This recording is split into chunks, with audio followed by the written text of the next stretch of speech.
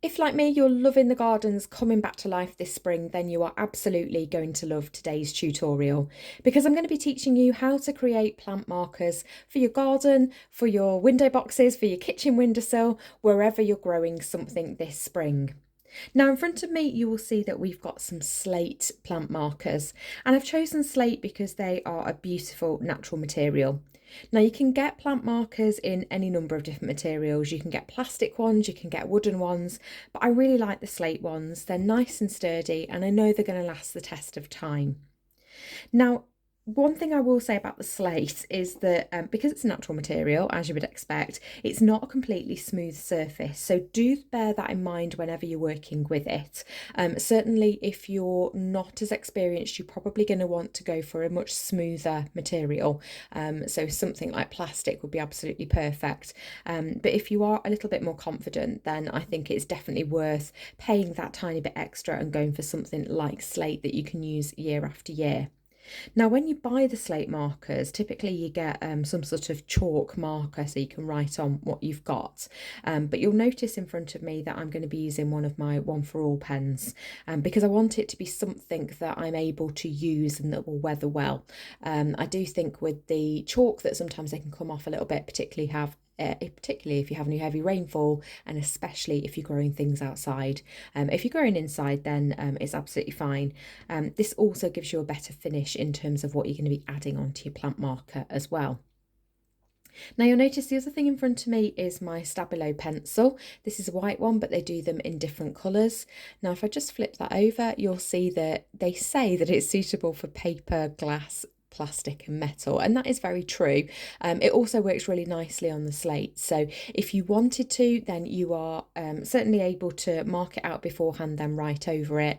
I'm going to freehand today though and literally just go straight in with my pen to write on my slate. Now as I say, I am going to go slowly because I am quite concerned that because they are natural, that they are a little bit more bumpy, so I need to be careful.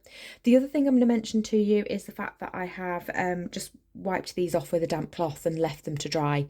You can certainly see why I've not done that while I'm on camera, because I've needed them to dry and air a little bit before I've started writing on them.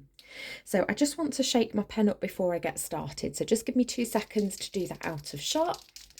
You can hear the judder in my voice as I'm shaking the pen.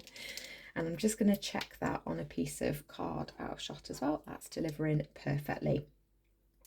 So for this one, I'm going to use it for my coriander, which is an absolute must in my kitchen. We put it with avocado, we mashed avocado and lime juice. So coriander is a really key part for us. Now be really careful when you're writing, particularly if you're left-handed like me, because you've got the ability to smudge your work as you go. You want to be keeping out of your own way. So you can see I've turned the slate out of my way so that I'm going to be writing directly onto it. And I'm also going to be writing in monoline calligraphy. I have gone for the 2mm nib on my One4All pen, and so I think that's probably going to be most appropriate, otherwise it's going to look a little bit too thick. If you have gone for a thinner nib, then you might be able to do faux calligraphy on there. It lends itself very well, but I really want to do monoline calligraphy today. So literally I'm just going to go from the left because I want it to be as close to the top as possible, because it's going to be stuck into my pot afterwards. So just lay that back down. They're very noisy on the desk, aren't they? So I'm just going to turn that round and I'm just going to go quiet for a few seconds while I start to write this on, so you can watch along with me now. Just checked it again to make sure that it's still delivering.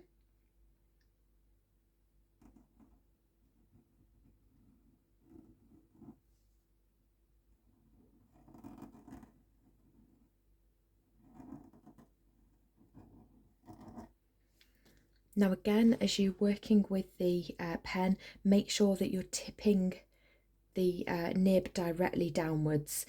Don't press on because you're going to deliver too much ink, but you certainly want to be holding it pretty much vertically rather than on the side as you might write with certain pens, just to make sure you're getting the best delivery of ink there.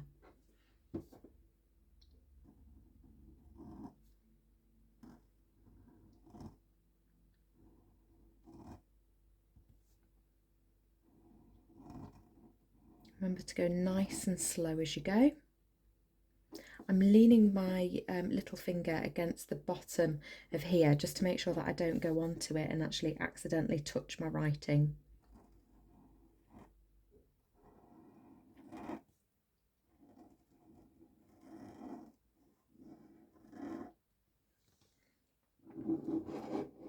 There we go. So I'm quite happy with that. I think I'll just let it dry. You can still see that it's quite shiny in places. So I just want to make sure that that dries and that I don't touch it or knock it. And then I can literally just pop that into my pot. I won't be able to put it in too far because it's quite a long word. You could probably actually, if you've got a shorter word like basil or something like that, you could pop it in a little bit further. But I'm just going to make sure that that's popped in and it's next to it. I think you'll smell that I've got coriander in that pot, won't you, before you see it? But there you go. That's how simple it is to do. Now you can see here there are some little bits that look a bit more opaque than others. Once it's dried, if there's any areas I feel like I need to go over a second time, then I will. But actually I think it's also quite pretty. And again, you can't really tell until it's dried properly. But I think it's quite pretty when you can see the little bit of the slate showing through underneath. Certainly if you wanted to go for something more opaque, then a second coat would be absolutely perfect.